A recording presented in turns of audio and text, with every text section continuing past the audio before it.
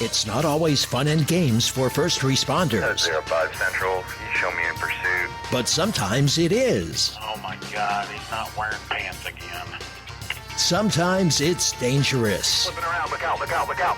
Sometimes it's not. Antler Boulevard for a snake in a house. And sometimes it's just plain stupid. Chihuahua in his lap on a lawnmower.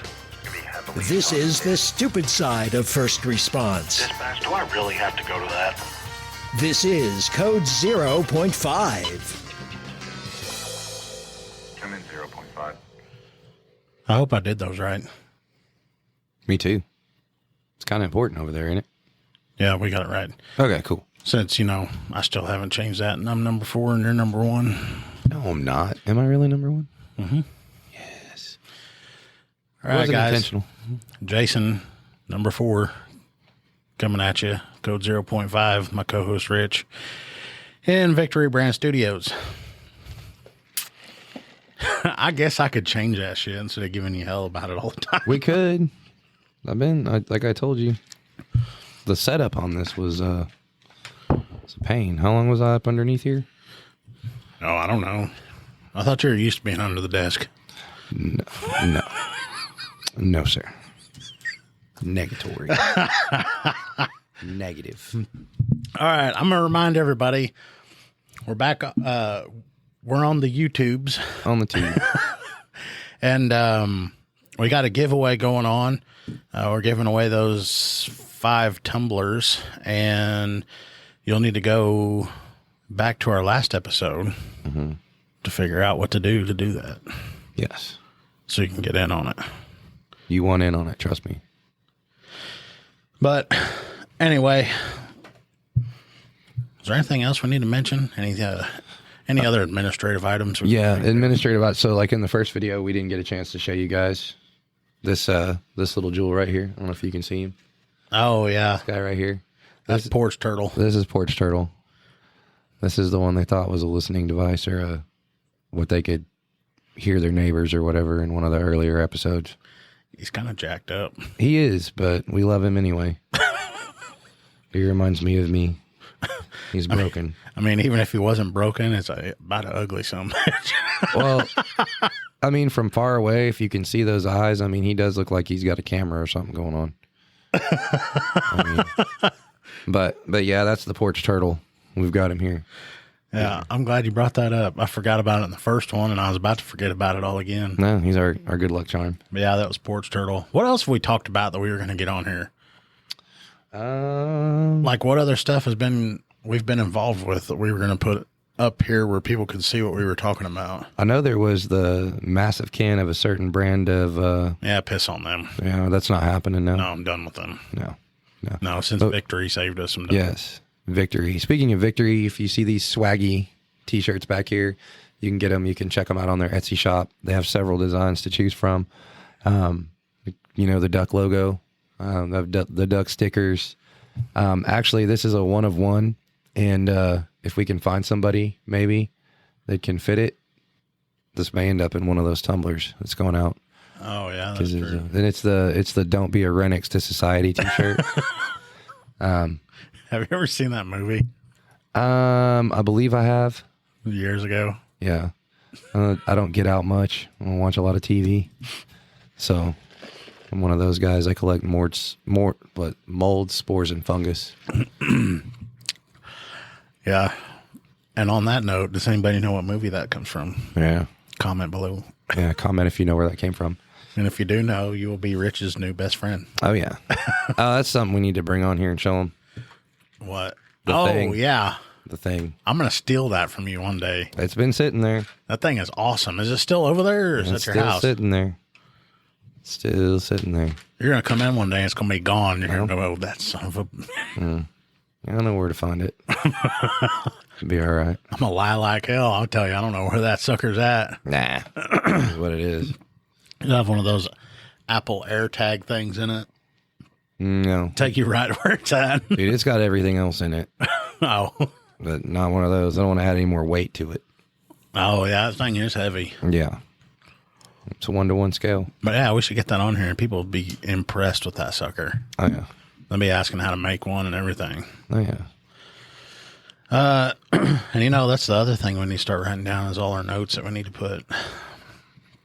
And I'm not doing the audio crap. What is that? That's my dumbest criminal. Oh, okay. It's like, wait a minute. Hey, That's the title of the article. I was going to say, I know we just started recording and stuff, but Yeah. Well, we're going to get on YouTube and do sinful activity. oh God. No, that's the name of the article. Okay. For the idiot or the dumbest criminal. That's what's up. Speaking of dumb people, you know your friend that you're going to talk about, actually, that you're fixing to bring up? Oh, yeah. I need to tell you, yeah, that person is mad, and I can get to why later, but now they're calling and saying that there are animals locked in cars at our Dollar Generals. Early in the morning. Why? To, I guess, make us get up and go out there to see what's going on. And I get there, and of course, I've been sick, so I'm not in the best of moods, but I'm like, okay, where's this car at with this dog locked in it? And the manager's like, what are you talking about? I was like, I have a call like right now. Somebody's got an animal locked in a car or something. Did that person give their name? On one of them they did, and Renix actually went and Scooby-Dooed the phone number, back searched it, and figured out who it was. And so, yeah. So we know who it is, but yeah, it's tied into this that you're fixing to talk about. Yeah, and I always kind of wondered just what kind of... She's trying to do something that requires a lot of intelligence, but she does not have that. Mm-hmm. So, I think you might have been... No, you were going to go with me out there, but you didn't. Something came up. But anyway, story. Lady Story calls time. in. Says she needs to make a report on stolen property. Okay. It's a stolen vehicle. All right. So I go over there and I'm talking to her. And she said, well, this is what happened. She goes, my car got stolen. It's like, okay, when? And she's telling me the story and I'm like today, like this morning or something? Because why did it take you so long to call in? She goes, oh, no, it wasn't this morning. And she tells me a date. Well, the date is like 10 days before. Mm-hmm. Or it's at least a week. And I'm like, okay, why did it take you so long to call it in? Mm-hmm. And she's like, well, when I saw it wasn't missing, my friend called around and then figured out it was impounded in another town. Mm-hmm. I'm like, okay, so what are you doing? And she goes, well, I came outside and my car wasn't here, so it was gone. And then I called my friend, and then he called around, and we found out it was impounded somewhere. So instead of reporting it stolen, I didn't think it was a big deal because we knew where it was at, so I was just going to go get it. Mm-hmm. All righty.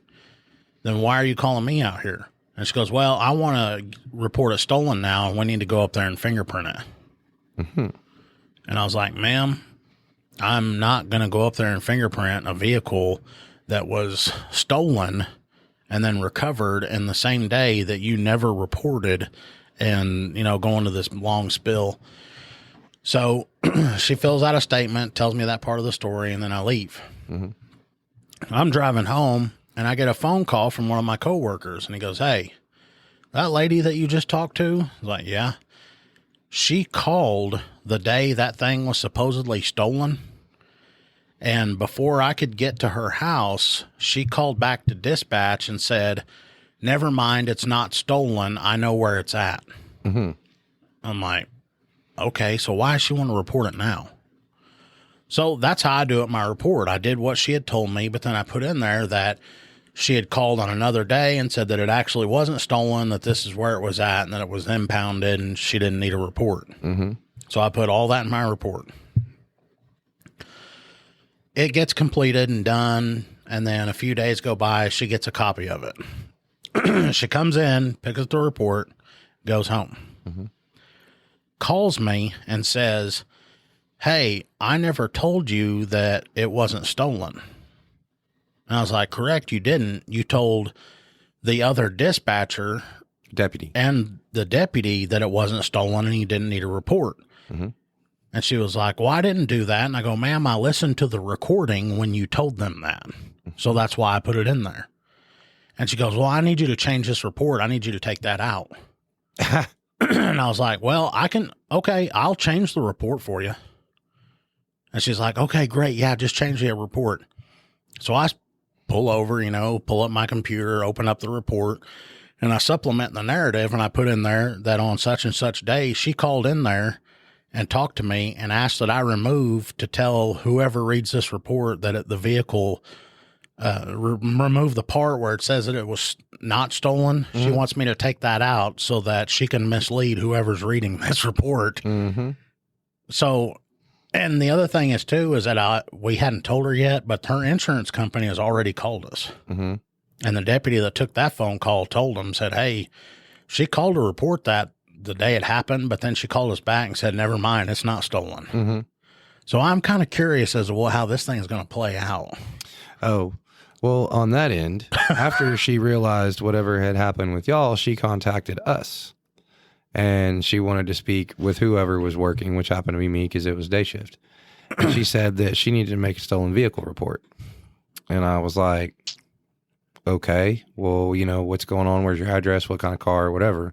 She didn't give no name. She just said she needed to make a report. And I was like, okay. Well, then she said, she gave me the address of where she lived. And I was like, wait a minute, what's your name? And then she told me, and I was like, I was like, actually, it's out in the county. So it's going to have to go through, county deputies. And she's like, oh, no. I live in the city. I was like, no, you don't. That's going to be the county. So actually, as a matter of fact, I said, wasn't there a couple of deputies that actually came out on that? And she's like, well, yeah, but I mean, and then she gave your name and said that she had talked with you. And I was like, well, then that's the one you're going to have to get the report from because it's technically theirs. And that's, you know what I'm saying? Like, I'm not going to write you a report but I mean, the whole moral of the story is she couldn't get what she wanted from y'all. So she tried to call and make the same report with us. Yeah. Which is why when I told her no, and then she'd have to go through you guys, she started calling in that there were like her car, she had driven her car to our Dollar General or something and that had gotten out and the dog had locked the door. Now the dog's locked in the car. And this is like early in the morning. And so I get up to go do an easy key and I get there and there's like, I don't see anybody standing outside of a vehicle or nothing. Cause people, when they're animals, they'd be freaking out, Yeah. I don't see nobody standing out there. So I'm thinking, okay, it's kind of chilly. Maybe they're inside. So I go walking in there and I'm like, okay, so who called? And the manager's like, what are you talking about? I was like, somebody's got a dog that locked the door of their car or something. And she's like, no. I was like, I have a call right now. Like, right. And I showed her my Geo and I'm like, here's the call. And it didn't. And that's when I was like, man, that's weird. Because it had no caller info. It just said, gave the address of the Dollar General and the time and like the CAD number and then said dog locked keys in the car or whatever it said. Not the dog locked the keys, but dog was locked in the car with the keys and whatnot. And I was like, okay, well, apparently this had happened before too. She had done it to Renix. And so Renix went back to that and actually called dispatch because I was like, man, freaking people. And so Renix called because he's got a friend up there and he called and asked who just gave that call. So they looked and then he Scooby-Dooed the phone number and figured out that's who it was. So yeah, that's what she's doing now. We'll have more coming up on Code 0.5. If you're looking for a political podcast that goes beyond the headlines, check out the Beltway Briefing. I'm Howard Schweitzer, CEO of Cozen O'Connor Public Strategies. Every week on the Beltway Briefing, our team of former Republican and Democratic presidential appointees, Capitol Hill veterans, and political advocates shares behind-the-scenes perspective that cuts through the noise. If you want the inside scoop, subscribe now to the Beltway Briefing here or wherever you get your podcasts. Probably need to figure out who her insurance company is and give them a call and be like, look, I don't know what's going on with this woman. Yeah. But there might be a little bit of fraud going on with this. Oh, yeah. And how many other times has this happened, though, too? And she told me, she was like, there wasn't hardly any gas in it. Like, she goes, if they were to make it to Norman, it would probably just die there. And I'm like, so she probably drove it to Norman and ran out of gas somewhere. Oh, yeah. Then someone else impounded it, and she's trying to get her insurance company to pay the impound fee. Oh, yeah. Yeah. Definitely. And then she's all salty because nobody will give her what she wants. Which, interestingly enough, we had the same thing happen with another person. That it was an event that involved the parties, and it was all on the same day at the same time. He was dispatched to one residence, but the residence, the other person involved lived like right next door. And so Renix works it and stuff and does a single report on it. And then one of the other parties comes in and asks for it. Oh. You know what I'm saying?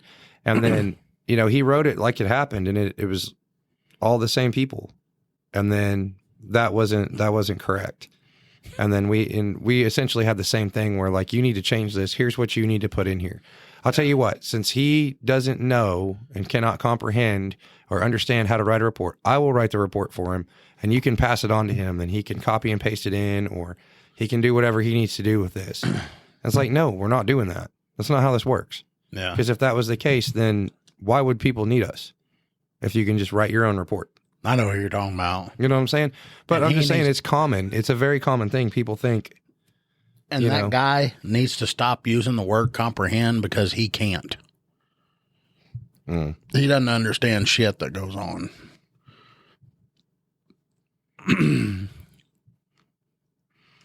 But anyway, we're going to move on to our traffic statute, I guess we can call it. Traffic statute. Yeah. I love traffic. Actually, no, I don't. But I'm going to let you read it this week since I took over. Okay, so this is going to be, again, just so we can throw it out there for your first-time listener, this is not to be construed as legal advice. This is just giving you guys a kind of a rundown of what the statute says.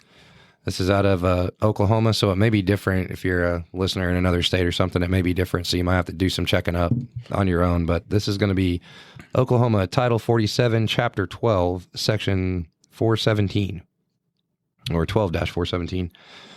Says that every operator and front seat passenger of a Class A commercial motor vehicle, Class B commercial motor vehicle, Class C commercial vehicle, or a passenger vehicle operated in this state shall, and when it says shall, it means there is no ifs, ands, or buts. You shall, you will, wear a properly adjusted and fastened safety belt seat safety belt system. I can't talk. I have the dumb.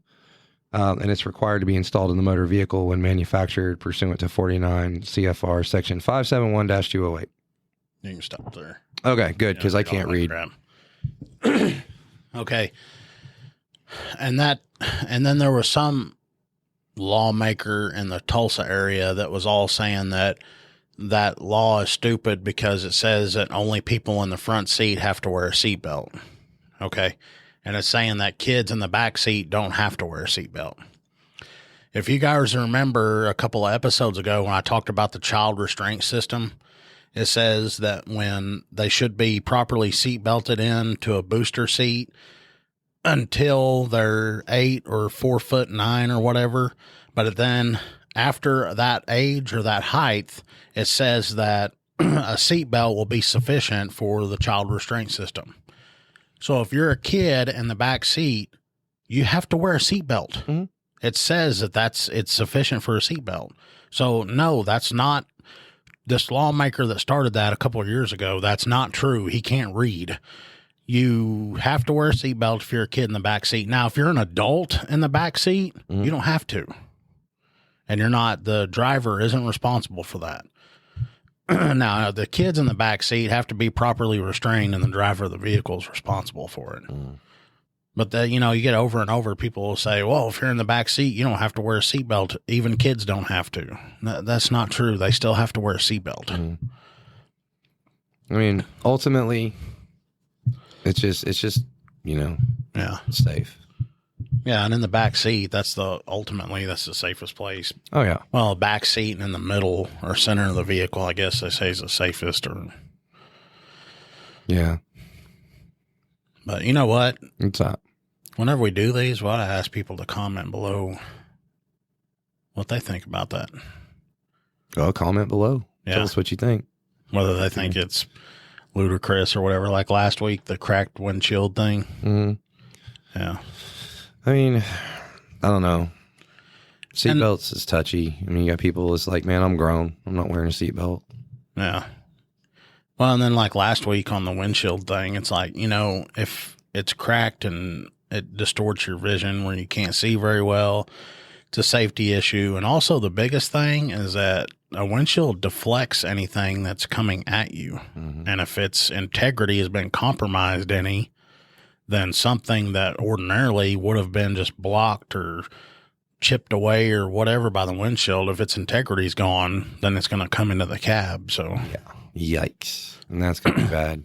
Yeah, so like your final destination stuff, it's not going to stop that damn telephone pole or whatever that was and went through there. No, it wouldn't. But, you know, like if you're moving along, you know, when you're humming and you get, like, I've seen turkeys go through windshields.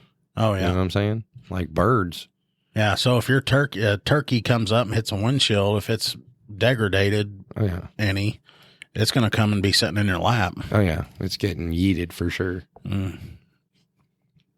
Well, a lot of times you get those little chips, like people, you can get them fixed now and you got to replace your whole windshield, and it's fairly inexpensive. Oh, yeah. You want me to talk about my sinful activity now? Yeah. You saw that and you're like, wait what a minute. the holy hell? What are we doing?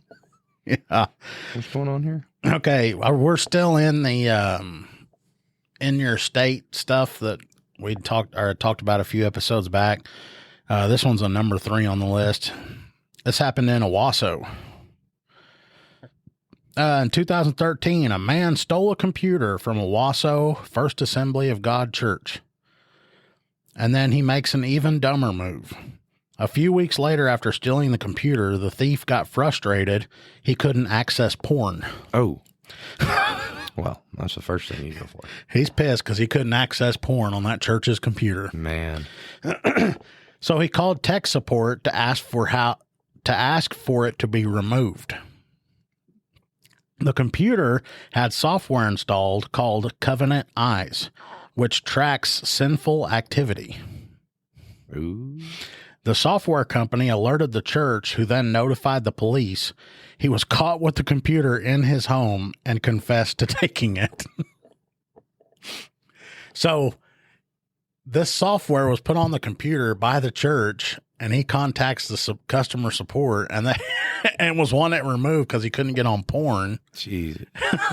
At least the software company was heads up enough to know, hey, wait a minute, this ain't right. How in the hell's he got that computer? Oh, yeah. Wait a minute. So see, porn is bad. They asked him, is that where you want to be when Jesus comes back? Huddled over a computer with a sock? Yeah. Huddled over a church's computer with a sock. He's going to hell. Yeah. He's going to have one of Renix's socks. That's probably where the other one went. Yeah. Oh, okay. Is there anything we need to say before we close this sucker out? Man, I think we pretty well got it all. Yeah, since we're doing this stuff on YouTube now, I can't think of, because there's some links and stuff that we need to put on there. Like when I talk about the last episode, that brain surge stuff, I'm going to have to put it in the comments and all that. Put that down in there, because you need to put the brain surge in here, and then we talked about the Etsy link for them. Oh, yeah, that's true. Yeah. We got, what is it? Our friends over at 6307. Yeah. Custom Engraving that are doing the tumblers for us. We're going to check them out. I need to bring the sign that CNO Plasma made us. Oh, yeah. And get it brought over here. CNO, that's Charles Nora Ocean Plasma on Facebook. But anyway, we're going to get off here. Thanks for watching and listening and all that stuff. Yep. Thanks.